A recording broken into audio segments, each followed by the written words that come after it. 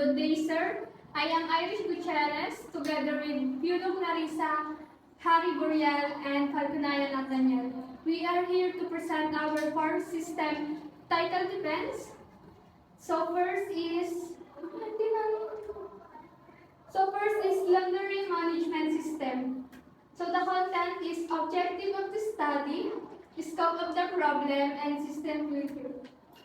Objective of the study is the main objective of this study is to develop an efficient laundry management system that will streamline operation and improve customer satisfaction, especially the system aims to. Number one is simplify order management. Simplify order management is to easily track and process laundry order from the drop-off to pick-up or delivery. So number two is enhance inventory management. Enhanced inventory management is to monitor laundry supplies and ensure timely reorder of items like detergents and other materials. Number three is improve customer management.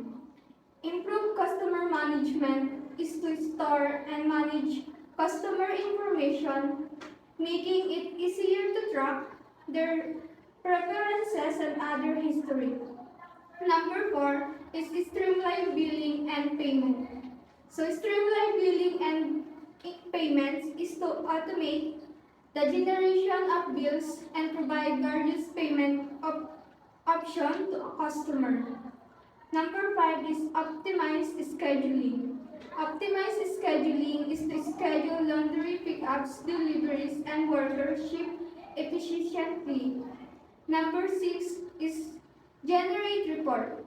So generate report is to create details report on orders, inventory finances, and customer activity for better business analysis. Next is the scope of the problem. The scope of the problem is managing laundry operation presents several challenges. These include efficiently tracking and processing order, managing laundry requests, and handling inventory. Key difficulties involved in optimizing the order processing workflow, meeting customer expectation, and ensure the delivery of service. So, our laundry management system is designed to address these challenges by offering the following key features. So, number one is order management. Number two is inventory management. Number three is customer management. Number four is billing and payments. Number five is scheduling. And number six is reporting. So, order management is efficiently tracking and processing laundry orders from receipt to delivery. Number two is inventory management, is effect management of the laundry supplies and equipment. Number three is customer management, storing customer information and order history for personal service.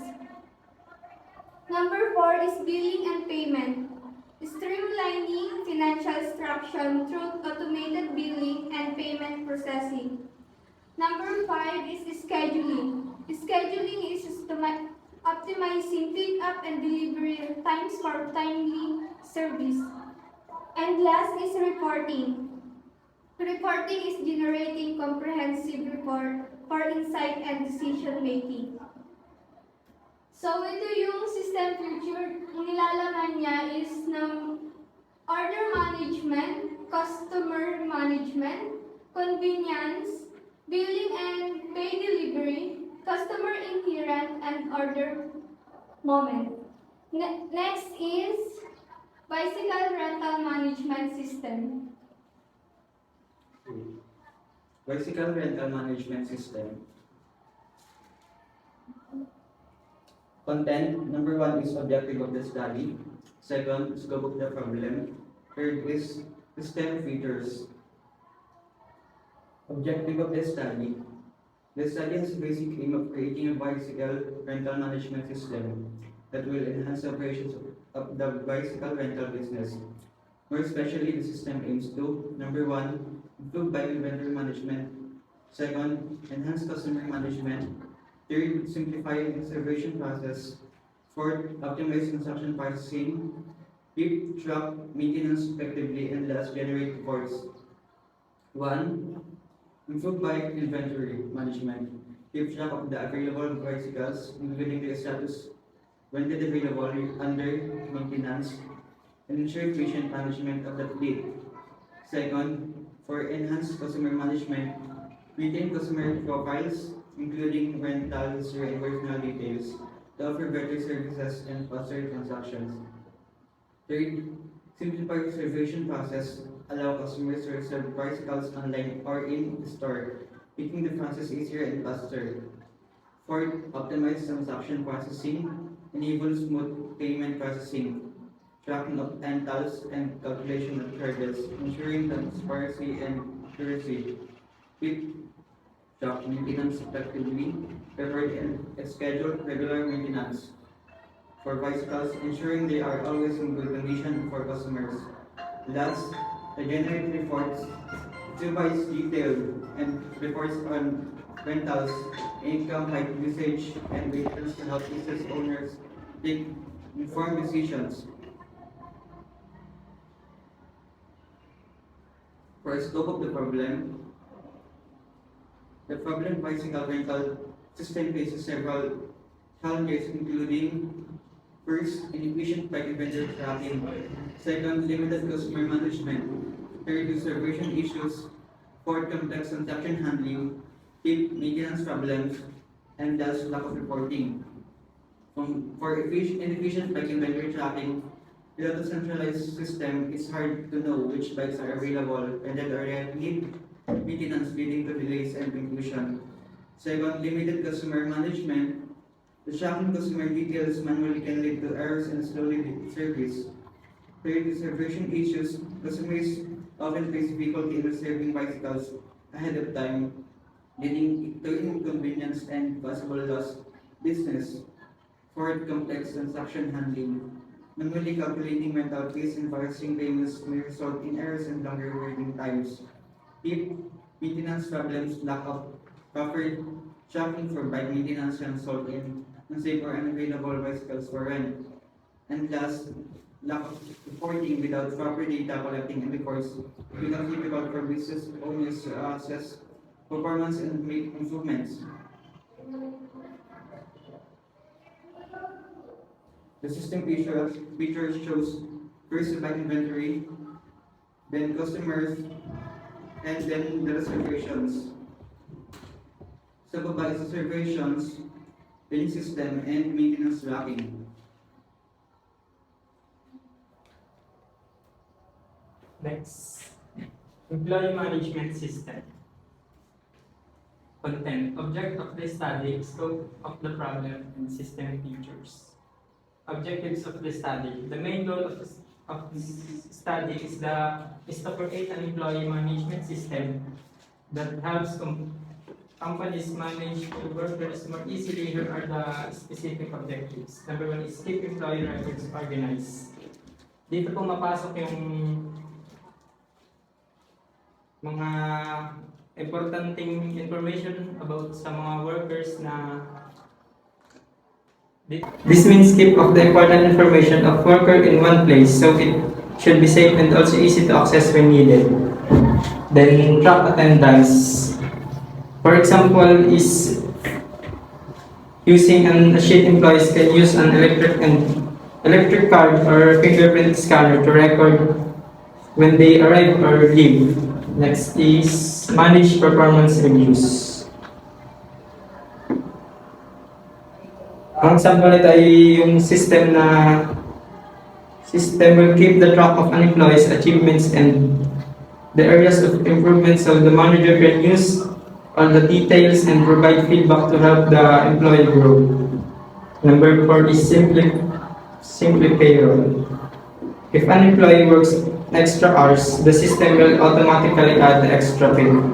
Meet reporting requirements. So this ensures that the company can create reports that follows business and legal guidelines. Scope of the problem. Keep tracking of employees' records. For example, if may emergency na ang gamit ay paper at digital files at need ng phone number but you have to research through piles of paper, so it takes too long and by the time you find it, it might be too late. Number 2, errors in the tracking attendance. Manually writing down when employee starts and finish work can lead to mistakes or disagreements. Number 3, uneven performance evaluation. So without a proper system, employee performance review might not be consistent or fair. For example, one manager might forget to review an employee for months, while another does it regularly.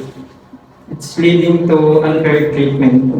Number 4, payroll errors. Calculating pay, taxes, and deduction by hand increasing the chance of making mistakes. For example, if you accidentally miscalculate someone's pay, they might get paid too much or too little, so leading to unhappy employees and extra work to fix the errors. Number 5, difficulty following rules and standards. Creating accurate reports for management or legal reasons can be taught without a centralized system. For example, if you need to report to the government about how much you paid in taxes, but your records are scattered, it's easy to make mistakes that could result in fines. Next is system features. Number 1 is employee. Stores and manage all information about employees like names, position, and contact details. Number 2, attainment. Track employee goals and achievements, helping to monitor their progress and performance. Number 3 is management. So yun mga managing time, tasks, and schedules. Number 4 is engagement. Ensuring they remain motivated and productive. Number 5 is performance tracking.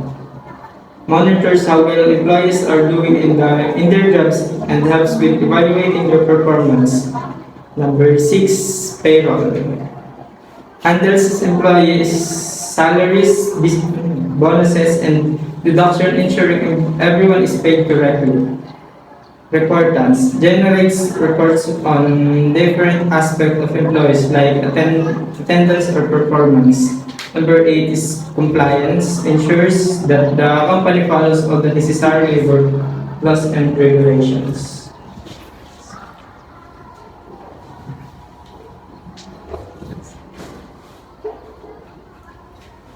So next is pet health and life monitoring system.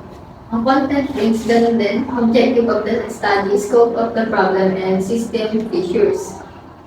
Ang una is objective of the study. The purpose of this study is to develop a pet health and life monitoring system, which will help pet owners take better care of their pets by keeping them healthy and well fed.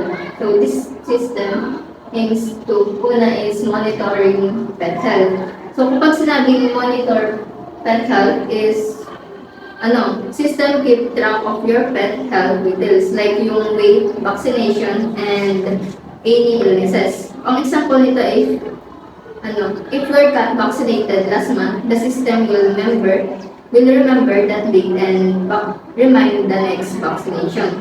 So number 2 is track diet. Kapag sinabing track diet is, the system helps you find out what your pet eats to make sure they're getting the right food and enough nutrition. So next is monitor exercise. Monitor exercise is, it watches how much your pet moves around to make sure they stay active and healthy. Pang-apat is send reminders. The system sends you automatic alerts about important things like vet appointment, medication time, and feeding schedule.